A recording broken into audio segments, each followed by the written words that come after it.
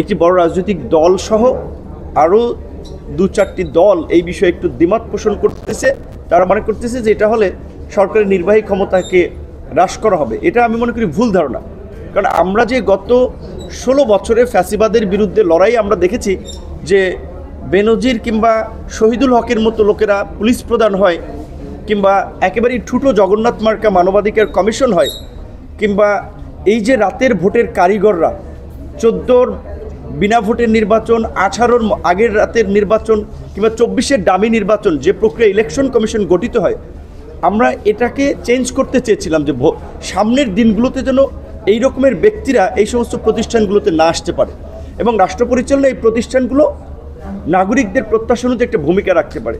কিন্তু যেহেতু একটি প্রধান রাজনৈতিক দল সহ কয়েকটি দল এই বিষয়ে দ্বিমত পোষণ করতেছে, ওই আঙ্গিকে যে নির্বাহী ক্ষমতাকে টেনে ধরা হচ্ছে, সেই জন্য আমরা বলেছি যে আমাদের অন্তত যেহেতু এনসিসি থেকে আমরা সরে এসেছি জাতীয় ঐক্যমত্যের স্বার্থে, এই সাংবিধানিক ও সংবিধিবদ্ধ প্রতিষ্ঠানের নিয়োগ কমিটি এটা আমরা চাই।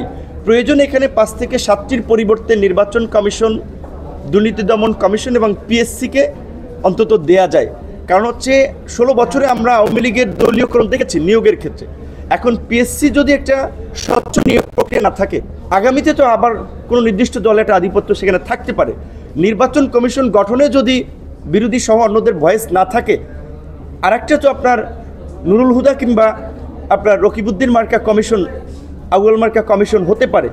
তো এই বিষয়ে ঐক্যমত না হওয়াটা অনাকাঙ্ক্ষিত এবং দ্বিকক্ষ বিশিষ্ট সংসদের যে আলোচনাটি মোটামুটি আমরা দেখেছি অধিকাংশ রাজনৈতিক দলই একমত। শুধুমাত্র আপনার ফরমেশন প্রক্রিয়া, উচ্চকক্ষের ফরমেশন প্রক্রিয়া নিয়ে অনেকের দ্বিমত আছে। সেখানে আমাদের দলের পক্ষ থেকে পরিষ্কার অবস্থান, আমরা যেটা বলছি যে আমরা আমাদের দলের প্রতিষ্ঠা লগ্ন থেকে আমাদের ঘোষণা ছিল যে ভারসাম্যপূর্ণ সংসদের জন্য আনুপাতিক হারে নির্বাচন এবং উচ্চকক্ষ নিম্নকক্ষ 2 কক্ষ বিশিষ্ট সংসদ।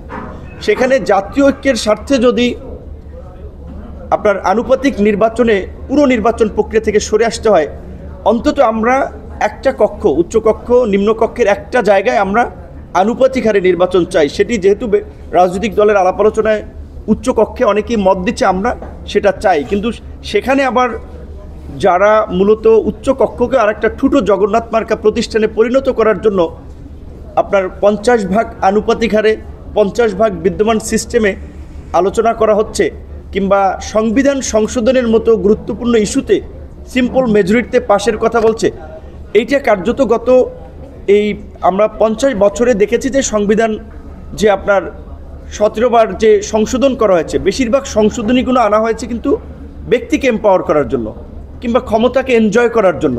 সিম্পল মেজরিটিতে সংবিধান সংশোধনের সুযোগ থাকলে ভবিষ্যতেও কিন্তু এই অতীতের মতো আরেকটা ফ্যাসিবাদ কিংবা স্বৈরাচার তৈরি হতে পারে। সেই কারণে আমরা বলছি যে অন্তত উচ্চকক্ষ যদি আনুপাতিক হারে হয়, তবে হয়তো সংখ্যাগরিষ্ঠ দল বা বিজয়ী দল সিম্পল মেজরিটির কথা চিন্তা করলেও সেখানে অন্যদের মতামতটা আসবে, সেই বিবেচনায় আমরা একমত হতে পারি। কিন্তু সেটা পুরো হাউজের মতামতের উপরে নির্ভর করবে, শুধুমাত্র 2-1টি দলের দাদাগিরি কিংবা 2-1টি দলের প্রভাব বিস্তারের উপরে নয়।